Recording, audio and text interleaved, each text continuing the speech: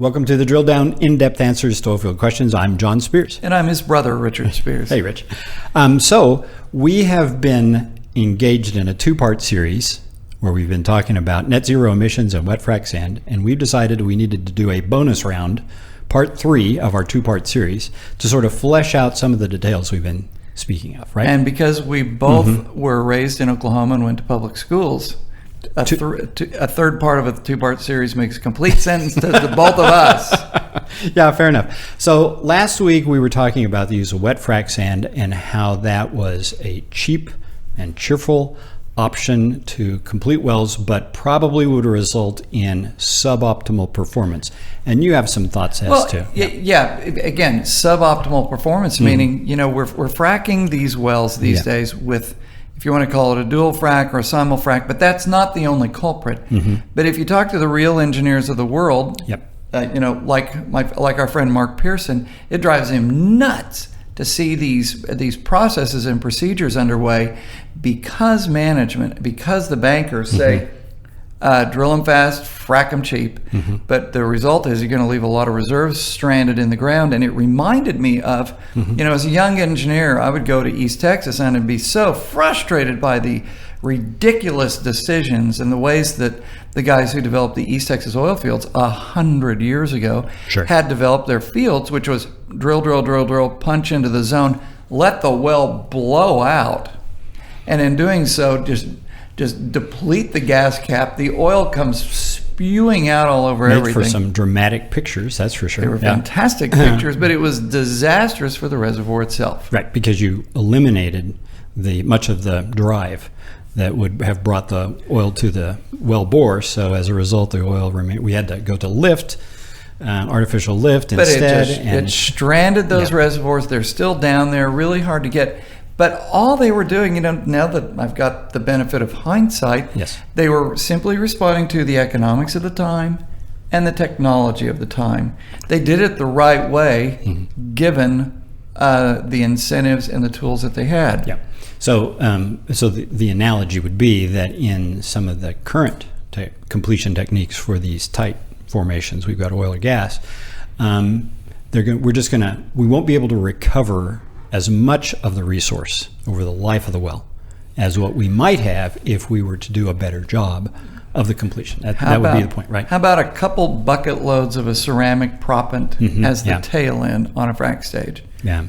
Again, these things, but oil companies are behaving largely to the incentives of the time and the assumption, which is the net zero assumption, which is the demand for oil has peaked or is really close to peaking, and therefore we shouldn't do anything long term. But the question we posed last week, which is, what if they're wrong, right? Well, right. Exactly. Yeah. What we've had the long-term decline in oil and gas demand and or prices, because that would be the other part of it too, is impacting the short-term operating decisions. And again, much of that assumption about the long-term decline in oil and gas demand is a function of the push to lower greenhouse gas or CO2 emissions. We hear about net zero emission 2050, and then along with that, the news from Washington about a month ago now about lowering U.S. CO2 emissions by 50% by 2030. So all of that in terms of lowering CO2 emissions, and we all know that burning oil and gas generates CO2 emissions. So the numbers behind it, or the mindset behind it, would be, man, demand's going to roll over and start heading south. Don't need as much oil tomorrow as I needed today. That's exactly right. So we ran some numbers, or rather I ran some numbers. I didn't do it, John did it. To sort of try and get our minds around this, because again, what's our mantra around here? If you can't measure it, you can't manage it, right? And that's what it is. That's our mantra. Oh, I like to think of it as our metricocracy, which isn't that we're in charge of, the metric system. But so I've looked at the global. You can start many different ways, but I've looked at the global population of passenger vehicles. So, okay, the There's global. got to be millions of them. There's 1.5 billion of them. There's got to be billions of them. Right. Yeah. So there are roughly a billion licensed drivers around the world. Imagine that. Wait. A billion licensed drivers. Yes. But 1.5 5 billion cars. Yeah. Well, there's always 500 million cars parked in the parking lot. Somewhere around. Right. All right. So, or maybe there's just a bunch of unlicensed drivers out there. Oh. So that would be the other thing. Oh, right? yeah. Okay. Anyway, roughly population of that. Guess how many of those 1.5 billion passenger vehicles, cars and trucks, are EVs? 1%. Not even 1%. Oh, really? 1% would be 15 million. There's roughly 10 million out there right now. Oh, so 0.7%. Yeah, 0.67%. Yeah, something like that. Right. That's not very many. So now you can go through the exercise and say, okay, those are our starting points, and passenger vehicle sales globally are around 100 million a year. Okay, so armed with those two numbers, then you can begin to say, okay, well, let's think about let's make some assumptions around how fast electric vehicle sales might rise. Like a compound annual growth rate. Absolutely right. And then, using some different numbers there, and so how fast might that global fleet of 1.5 billion vehicles become electrified? Okay. Got it. Yeah. All right. Because if I've got 1.5 billion to replace, clearly there's a couple that are being retired as of today, right? There's some that are being retired today, right. but there's also some being bought brand new today. Yeah, that's right.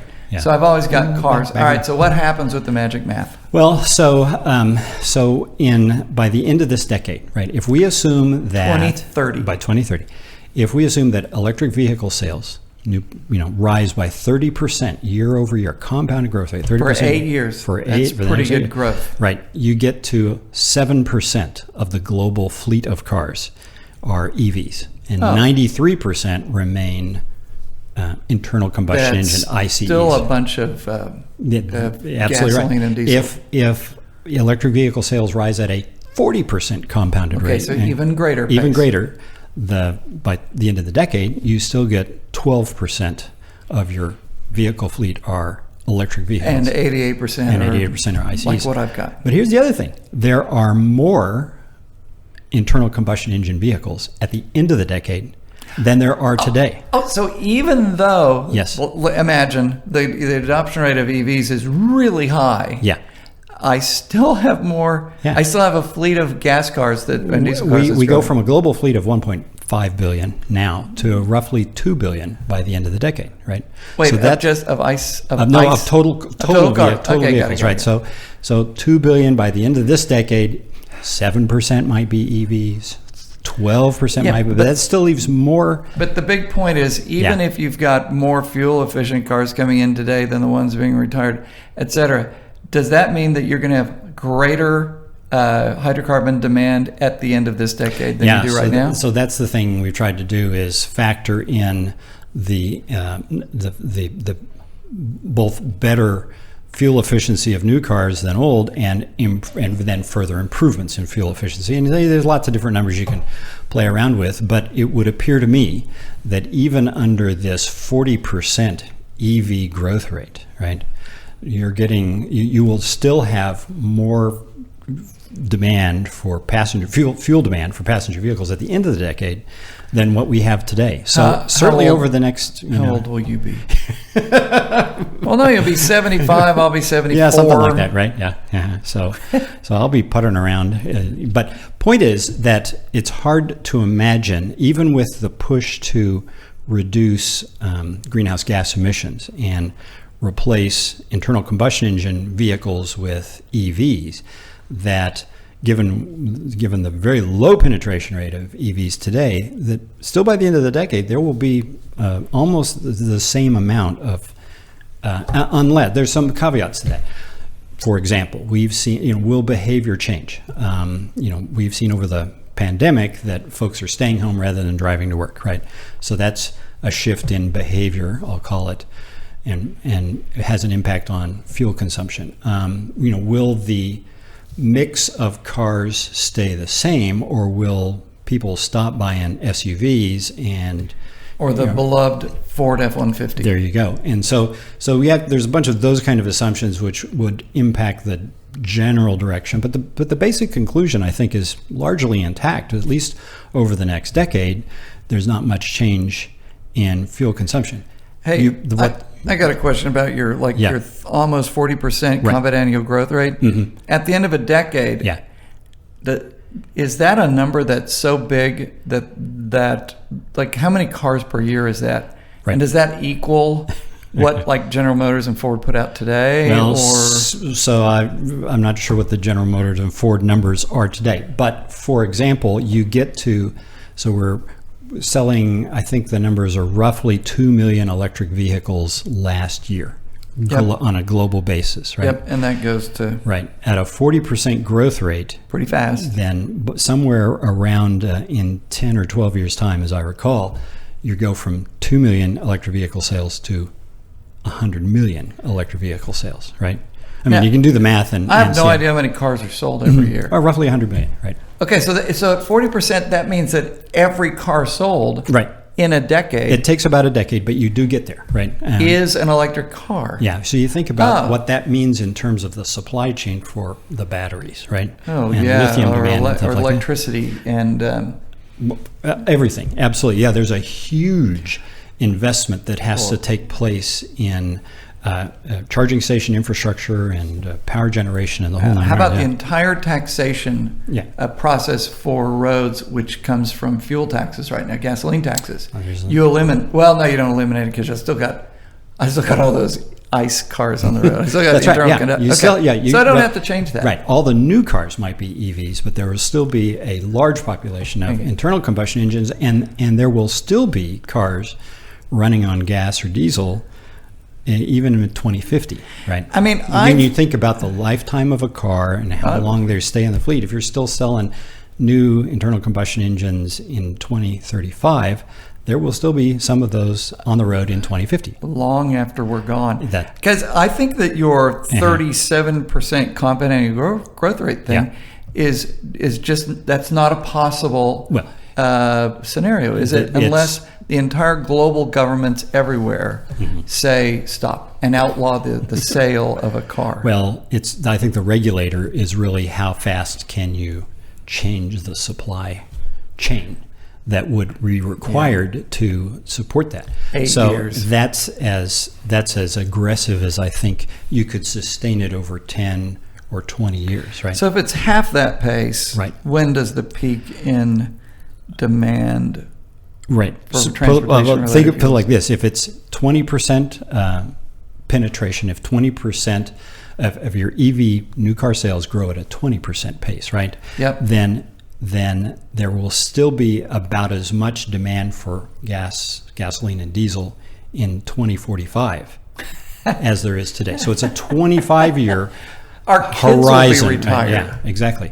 And for a portion of that time, demand for gas and diesel actually rises, and so, but then it begins to bend. But still, under that kind of an assumption, 20% growth in EV sales, you've got 25 years of gasoline demand staying basically close to where it is today. So the point being that we think of the push to reduce CO2 emissions translates directly into less demand for oil and gas.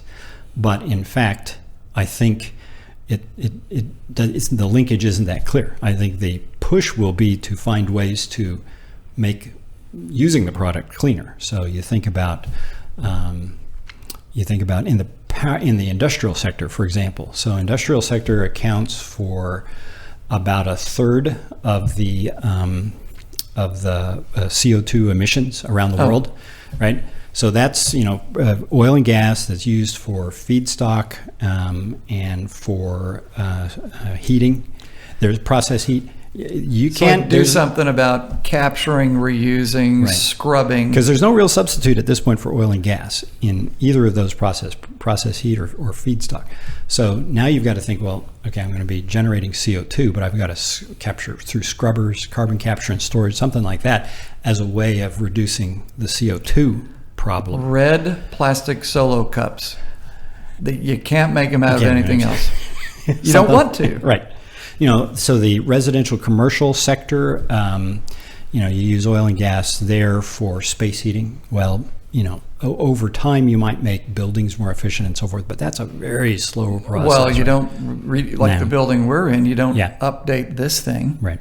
Or the ones downtown Tulsa, you don't update those necessarily. So you think about building new and then tearing it. Yeah, right. So the other thing, here in the U.S., just to sort of cap this discussion, is we've talked about trying to reduce U.S. CO2 emissions to 3 billion tons by 2030. That's under the Biden proposal. We go from roughly 5 billion tons of CO2 emissions today to 3 billion tons by the end of the decade. And a huge part of that, 2 billion ton reduction, about 3/4 of it might come from the power sector, the use of coal, the use of gas in the power sector. But you think about what are the challenges there. Well, coal and gas represent baseload demand, right? That's there when you need it because the sun isn't shining, the wind's not blowing, all the rest of that stuff. Yeah. So you think, well, if you took coal out of the equation, you would still have gas plants that could serve that baseload capacity. But if you take gas also, coal and gas out of the equation, what's there to do that? It has to be something like battery storage. And so you think about the challenges of trying to redo a supply chain that would support much higher EV sales. You think about the investment that would have to go into battery storage that would support an electrical grid. So massive. Hours or days at a time, right? So all those things are real world limitations on how fast the change in fuel use is likely to be. So I suspect we'll see a lot of push and talk about changing our behavior and how we use, how much we drive, what temperatures we set the buildings at in the summertime, that kind of thing. But because getting there just by replacing oil and gas is going to be very hard to meet the numbers that people have talked about in a 10-year or 30-year time frame. I think what I'm seeing is, the phone rings around here, who knows who's on the other side. But I think that what we're seeing around here at our shop is those early birds, those little swallows who show up at the start of spring. And the little swallow is that odd institutional investor, that odd hedge fund guy who's coming back to the world of upstream oil and gas, and who reads and does the very same analysis you look at and says, you know what, the oil industry has got some legs, it's got some runway left, and who's going to go do that work and how profitable it's going to be. I think the industry has proven that it can be profitable at approximately the levels where we are right now. Well, that certainly helps draw people back in, and I think that is helping, or will help sustain investment in the patch. So that question about when you get back to what we're asking is, is the assumption about lower oil and gas demand correct? Are the worries about it imminently sort of falling off the cliff, I think, are a little overblown, and maybe that will penetrate, sort of be absorbed into the decision-making process as time goes by. So what we see today happening in terms of the cheap and cheerful approach, that may not always be with us, and I think we might begin to see the needle swing back in the other direction. Not tomorrow, but sometime I soon. bet that 3 or 4 years from now, folks look back at how we're behaving right now and go, why on earth were they doing that? Because look how much all they have to do is listen to our podcast episode from last week, and they'll know why. 200 and whatever it was. Now, John, I know that people have listened this far to wait because they tolerate our content so they can get to the puzzler. Yes. But the puzzler is taking the Mother's Day week off because we're busy, as it should. Yes. We're busy macrameing our potholders. But this is what we've noticed. We have so much engagement by our listeners who give us not just an answer to the puzzler, but context to the puzzler, that we're going to throw out this challenge to our listeners. So write this down. Send us what you think our next puzzler should be, or puzzlers. There's no limit. There's no limit. We want to do your puzzler because we want to harness the energy of our global listener, our customer. And where base. would they send that? They would send it to the following Gmail address: drilldownshow@gmail.com. Send that to us, and if we choose your puzzler at random from all the hundreds that I'm sure we're going to get, we'll read your puzzler and give you credit for that. Now, there's got to be a rule, which is what? If we read your puzzler on the air, you can't also win. I suppose that's right. So, although you could answer it and then you would win. Anyway, that's going to be it. Wonderful stuff. Okay, well, that's the puzzler, or in German, der Puzzler. So thanks so much for listening this week. It's been the Drill Down Show. I'm John Spears. Happy Mother's Day. I'm Richard Spears.